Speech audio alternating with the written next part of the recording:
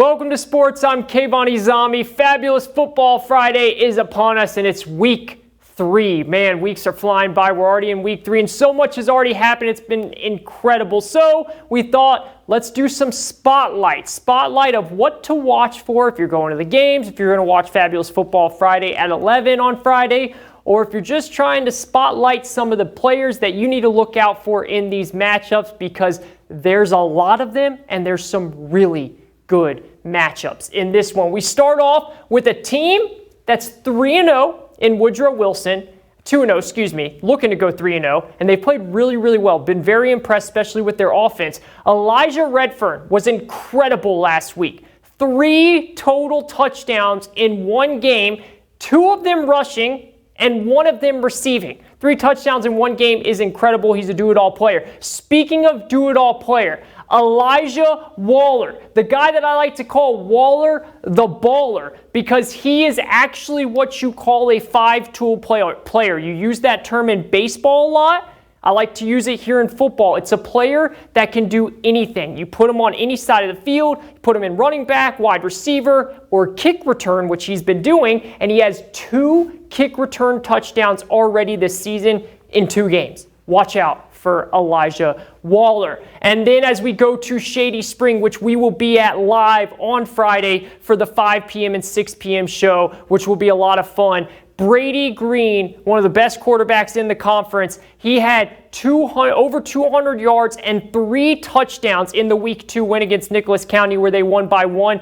Green is a really fun quarterback, pocket quarterback, can spread it all around, fun to watch. And his receiver right here, Jalen Bailey had 1 touchdown for 50 yards. Then he scored a second touchdown for 28 yards with 10 seconds left in the game that tied it up. You want to talk about clutch? That is clutch. Now, some more spotlight players of the week. Caden Sims. I am so excited for this Meadow Bridge Midland Trail game. It's going to be one of the best games of the week. Both teams are 2-0. Caden Sims is 3rd in rushing in the conference with 220 yards and 2 touchdowns, and Meadow Bridge's defense has been incredible. They've only allowed 24 points in 2 games, which is really good, and they're going up against an offense in Midland Trail that has the 2nd rusher in the Cole Conference in Jaden Roop. So we have the 2nd in Jaden Roop and the 3rd in terms of rushing in Caden Sims. Those 2 are going head-to-head as Midland Trail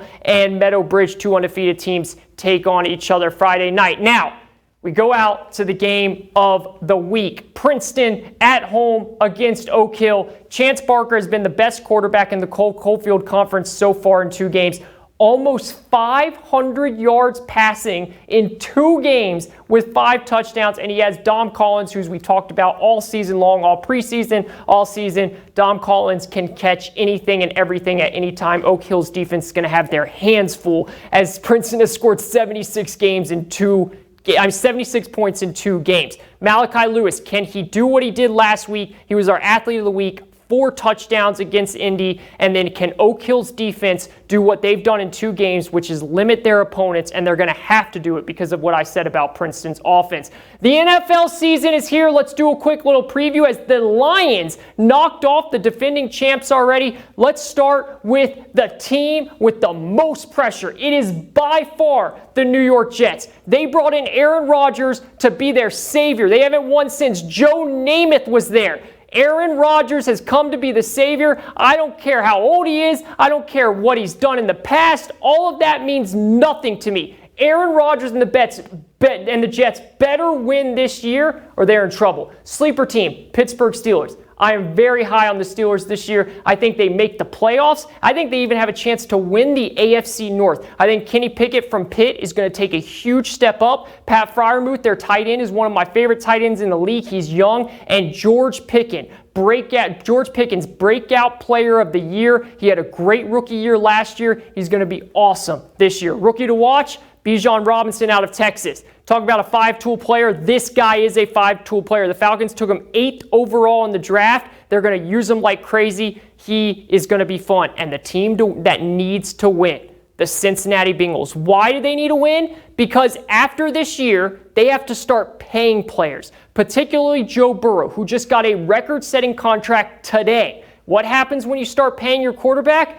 your salary cap shrinks, which means you have to start paying other players, and you don't have the money to do that. If they don't win this year, they're going to lose a lot of pieces, and who knows if they'll be able to do it all after that. That is our NFL preview as the whole slate kicks off on Sunday, and that does it for sports. We'll be back with more right after this.